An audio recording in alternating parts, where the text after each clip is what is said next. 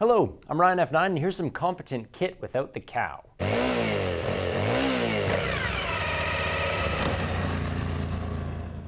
Vegan motorcycle gear is a foreign concept to a lot of people. You know y'all don't have to eat your dang boots, right? Well, obviously that's not the point. Whatever mechanisms put a hamburger onto my plate also put this leather onto my glove. And each year more and more motorcyclists are choosing to opt out of that process. Of all the riding gear, it is most difficult to find a vegan glove. That's because these are such small pieces of kit, so even the cheapest manufacturers can afford to do at least the palms in leather, and leather is the best sliding material pound for pound and skin to skin.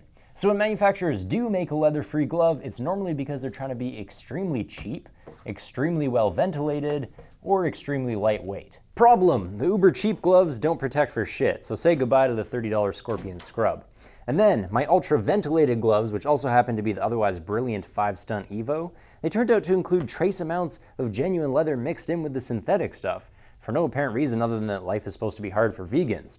And so, that's gonna leave us with the ultra lightweight Alpinestars Scheme. I got lucky at last, because this is a properly vegan glove, and it also happens to be the most protective. Its knuckle armor is a mixture of EVA foam and carbon fiber, all wrapped up in synthetic leather. I don't mind only getting the carbon fiber slider on the one side, because most crashes, especially at low sides, will have this outer edge of my hand contacting pavement. The palm padding is equally well placed. Everyone instinctually lands on the base of their hands, which is where I get more foam. The rest of this is doubled up Clarino backed with something extremely rare on gloves. That's fabric gold, aka Kevlar, meaning the scheme can resist abrasion as well as leather, and it can resist friction heat better than leather. Each of these gloves is a featherweight 60 grams. That was why Alpinestars avoided leather in the first place, to shave weight, and so I'm glad it actually worked out for them.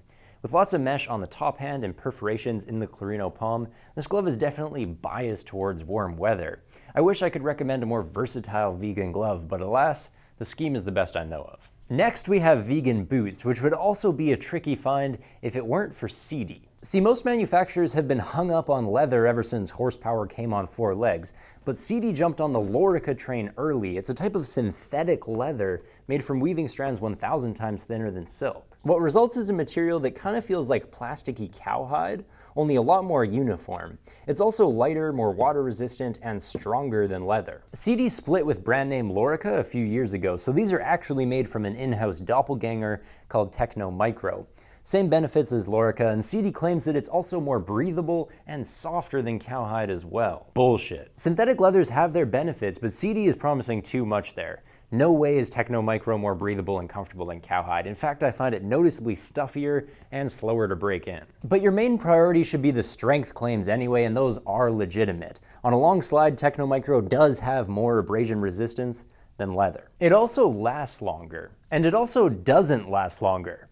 Let me explain. If you take good care of your leather, which means shading it from the sun, moisturizing it, whispering love sonnets in its ear, then leather will be in better shape 10 years from now. But if you don't do any of that stuff, then Techno Micro is gonna last longer for you, since it doesn't crack or degrade even under low maintenance. For what it's worth, the boots I have here are Sidi's Mag 1 and X3. The Mag 1 I recommend. It's a lighter and softer version of Sidi's top-of-the-line race boot. It's hardly any less safe, but it's way more comfortable to wear.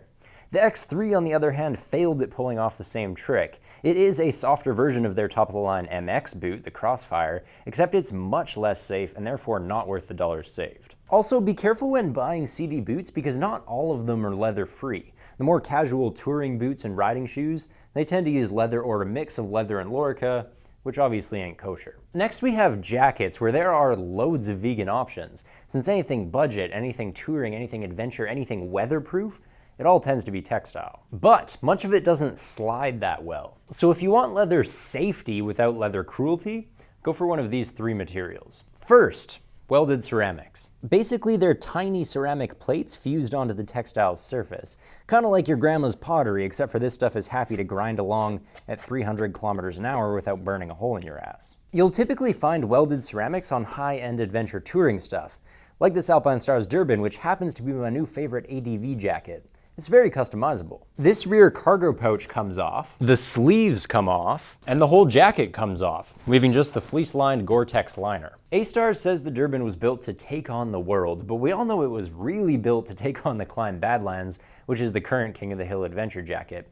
Not so coincidentally, both jackets use welded ceramics. The Climb is definitely safer with its thicker armoring, but this Durban I have here, it's slimmer, it's lighter, and I think I look better in it. Our second material defined is ballistic nylon. It's a basket woven fabric, just like your grandpa's Panama hat, except it'll stop a bullet. Just kidding, ballistic nylon was developed for flak jackets, but it's not actually bulletproof. When it does have a denier over 800, however, it has an amazing sliding resistance.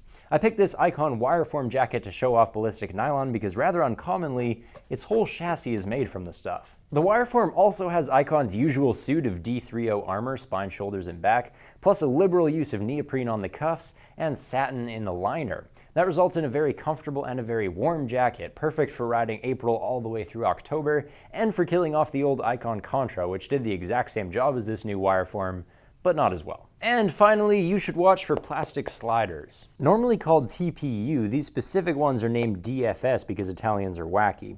Same principle though, it's a hard shield with great abrasion resistance. I chose the TGP Pro Textile Jacket to showcase hard sliders because this is the sportiest non-leather option that Alpinestars makes.